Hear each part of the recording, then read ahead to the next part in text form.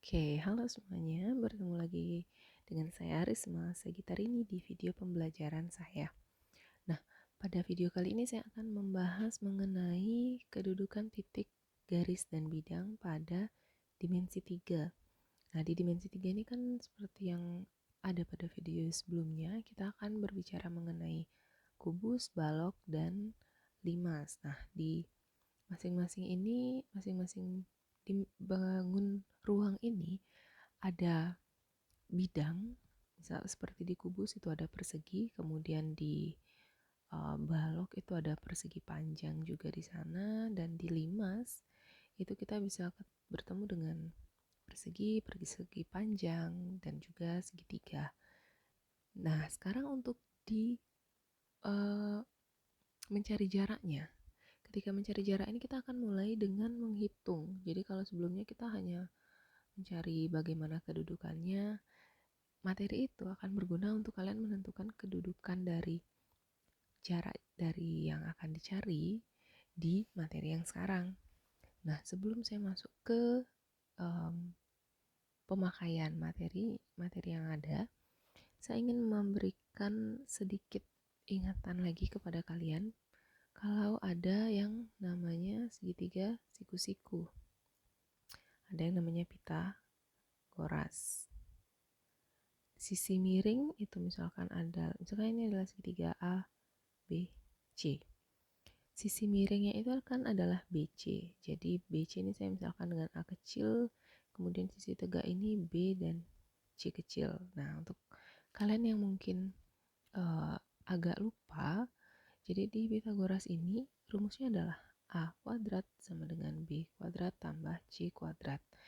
Jadi sisi miringnya itu adalah jumlah kuadrat dari sisi tegaknya. Ingat saja kalau misalkan sisi miring itu yang paling panjang, jadi pasti akan jadi jumlahnya, atau A sama dengan akar B kuadrat tambah C kuadrat. Kemudian ada ketika kita pakai rumus ini untuk mencari yang selanjutnya. Ketika misalkan yang ditanya B atau C, kita tinggal ubah sedikit rumusnya jadi B kuadrat sama dengan A kuadrat min C kuadrat, atau B sama dengan akar dari A kuadrat min C kuadrat. Begitu juga dengan C. Oke, jadi Pitagoras ini akan selalu kalian gunakan di menyelesaikan masalah pada dimensi 3. Selain itu, ada yang namanya diagonal sisi dan diagonal ruang. Oke, kalau diagonal sisi itu bisa kalian gunakan pada bangun bidang persegi. Persegi berarti semua sisinya sama. Jadi kalau di limas nanti ada alasnya berbentuk persegi, kalian bisa gunakan ini. Kalau di balok juga ada bidangnya yang berbentuk persegi, kalian juga bisa gunakan ini. Jadi misalkan ini ada satu persegi yang panjangnya A.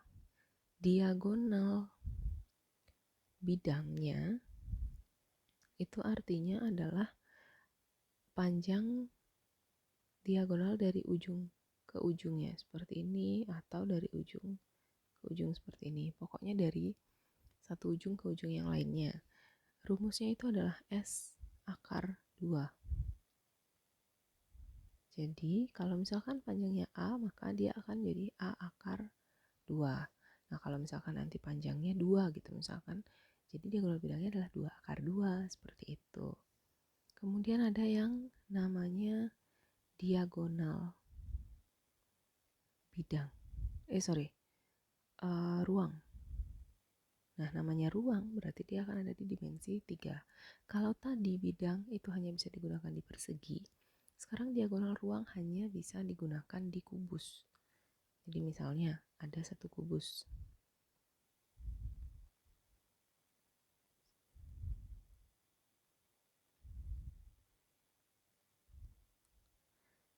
Kubus A, B, C, D, E, F, G, H, seperti itu. Yang namanya diagonal ruang itu adalah misalkan A, G, atau H, B, kemudian C, E, dan juga D, F. Jadi dari ujung depan ke ujung belakang tapi di ruang sisi yang berbeda seperti itu. Nah, untuk diagonal ruang ini yang hanya berlaku di persegi, rumusnya adalah S akar 3. Jadi kalau ini panjangnya adalah A, karena semua sama seperti itu, berarti diagonal ruangnya adalah A akar 3. Oke, itu beberapa rumus yang mungkin akan memudahkan kalian untuk melakukan perhitungan. Nah, setelah Pitagoras, diagonal bidang, diagonal ruang, ada yang namanya perbandingan luas. Perbandingan luas ini jarang diketahui siswa, tapi ketika kalian menggunakannya ini akan sangat membantu. Jadi perbandingan luas segitiga ini kalian akan menggunakannya pada segitiga siku-siku. Pun nanti misalkan kalian bertemu dengan segitiga sama sisi atau sama kaki, tapi kalian bisa membentuk siku-siku di dalamnya, kalian juga bisa menggunakannya. Misalnya ini adalah segitiga siku-siku A, B, C. Nah, kemudian di sini saya mau tarik garis yang menyebabkan di sini tegak lurus. Misalkan di sini adalah titik R gitu. Dan kita ingin mencari, jadi ada sisi AB, AC, BC, dan AR. Kita akan mencari salah satu dari keempat sisi ini, tapi ketiga sisi yang lainnya sudah diketahui. Nah, caranya perbandingan luas segitiga ini kita sebenarnya pakai rumus luas segitiga. Kalau luas segitiga itu kan alas kali tinggi per 2. Seperti itu kan. Nah, sekarang itu kita gunakan di sini, tapi harus memuat segitiga ABC. Jadi kalau misalkan sisi tegaknya itu adalah yang pakai siku-siku ini, berarti kan alasnya AB, tingginya AC. Nah, sekarang hati-hati kalau kita pakai siku-siku di sini. Supaya tetap segitiga ABC, berarti ketika tingginya saya pakai AR, alasnya jangan BR atau CR, tapi harus BC. Oke, saya langsung jabarkan rumusnya. Jadi ketika memakai ini kita pakai luas ABC sama dengan luas ABC. Harus segitiga yang sama, meskipun kita akan menggunakan alas dan tinggi yang berbeda karena hasilnya juga pasti akan sama. Yang pertama, luas ABC ketika alasnya AB. AB kali AC per 2 sama dengan alasnya BC kali AR per 2. Karena sama-sama per 2, bisa kita bagi jadi sisa AB kali AC sama dengan BC kali AR. Jadi alas kali tinggi sama dengan alas kali tinggi. Nah, sampai di sini misalnya kalian mau cari AR, kan tinggal diubah aja nanti rumusnya. Ini intinya. Nah, ketika mengubah akan menjadi AB kali AC per BC sama dengan AR, kan seperti itu. Dan mengubah yang lainnya, yang penting kalian tahu rumus yang ini. Seperti itu. Itu beberapa rumus yang penting yang akan kalian gunakan. Kemudian juga kalian menggunakan luas segitiga, itu mungkin juga digunakan di materi ini. Pokoknya bagaimana cara kalian melihat peluang menjawab gambar dengan cara yang paling singkat. Saran saya selalu coba dulu diarahkan ke segitiga siku-siku kalau memang sudah tidak bisa langsung melihatnya. Oke, saya berikan satu contoh soal. Misalkan ada kubus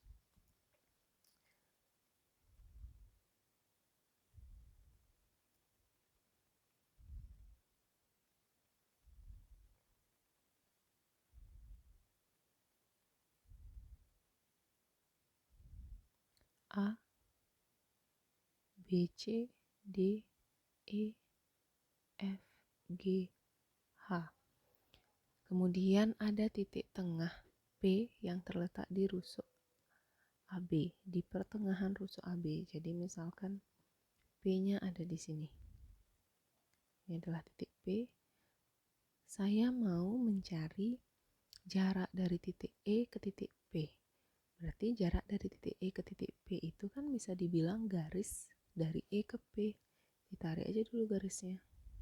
Seperti itu. Jadi sekarang yang akan dicari itu adalah panjang EP. Jarak antara E dan P, jarak antara titik E dan P itu adalah panjang dari garis EP itu sendiri. Oke, seandainya panjang sisinya adalah 12 cm. Oke, sekarang kita mau lihat dulu gambarnya.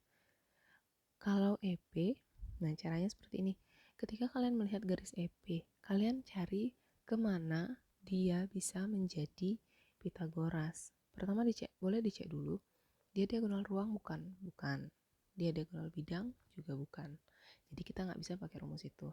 Kita coba bawa ke siku-siku. EP ini bisa dibuat siku-siku kemana? Ke EAP. Keluarin aja dulu gambarnya kalau misalkan masih bingung. Siku-sikunya di A, ini P, ini E.